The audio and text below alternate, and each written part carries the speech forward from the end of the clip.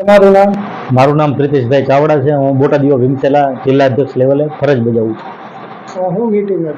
અહીંયા મીટિંગ કરવાનો હેતુ એ જ હતો કે જે કાર્યક્રમ હતો એના અનુસંધાને હતો કે જે પ્રવીણભાઈ ચાવડા જે રાણપુર તાલુકાના માલણપુર ગામના રહેવાસી છે, જેની માથે અહીંના સરપંચ છે, જે અત્યાચારના ભોગ બનનાર જે પ્રવીણભાઈ હતા એમની ફરિયાદ લેવામાં નહોતી આવતી. ત્યારબાદ એમને પોલીસ સ્ટેશનમાં દવા પીવાની ફરજ પડી હતી અને ત્યારબાદ પણ 2 દિવસ પછી એમની ફરિયાદ લેવામાં આવી હતી. એસપી સાહેબને રજૂઆત કરી ત્યારબાદ રાણપુર પીઆઈએ ફરિયાદ લેવા મજબૂર થઈને ફરિયાદ લીધી હતી.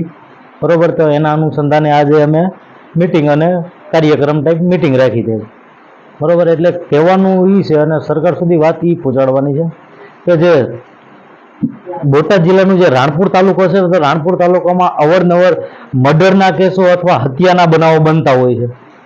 બરોબર, તો એ મર્ડરના કેસો જે હત્યાઓના બનાવ જે બને છે તો એ કંઈક ને કંઈક પોલીસની ખામીના કારણે જ બને છે.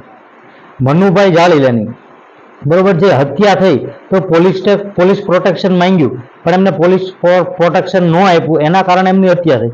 ત્યારબાદ એમના પંચમાં જે રાજુભાઈ બગડ હતા, તો રાજુભાઈ બગડે પણ પોલીસ પ્રોટેક્શન માંગ્યું હોવા છતાં એમને પોલીસ પ્રોટેક્શન ન આપતા એમની હત્યા થઈ ગઈ.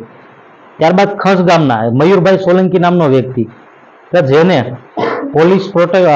પોલીસના વિરુદ્ધમાં આખું સુસાઇડ નોટ લખી અને એને હત્યા કરવા, એને મરવાની ફરજ પડે છે, એને પણ સુસાઇડ કર્યું હતું ગળા પાછો ખાઈને.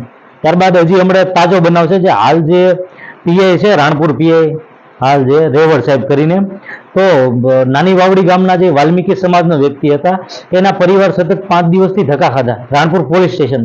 એમની ફરિયાદ લેવામાં ન આવી અને ત્યારબાદ એને સુસાઇડ કરવાની ફરજ પડીને ભાઈ સુસાઇડ કરેલી.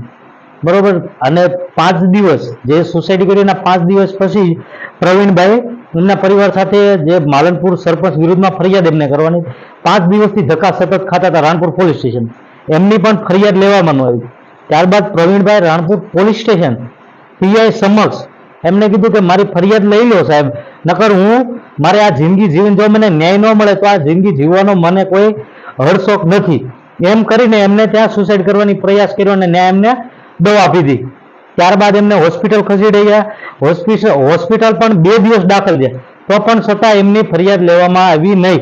ત્યારબાદ અમને જાણ થતાં એસપી સાહેબને અમે લેખિત રજૂઆત કરી અને એસપી સાહેબના કહેવાથી રાણપુર પોલીસ સ્ટેશનને ફરિયાદ લેવી પડી.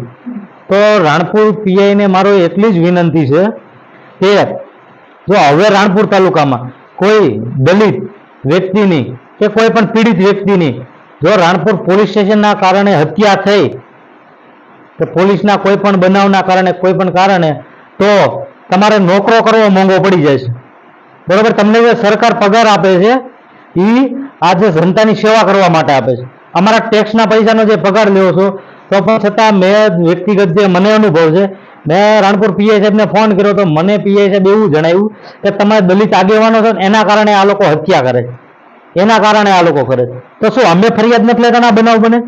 તમે લોકો, તમને અહીંયા જનતાની સેવા કરવા માટે તમને બેહાડે છે, તમને સરકાર ઓફિસ એ માટે આપે છે, પોલીસ સ્ટેશનો એ માટે આપે છે કે તમે જનતાનો નિવારણ લાવો, એમના પ્રશ્નનું સોલ્યુશન કરો અને એમની સેવા કરી શકો.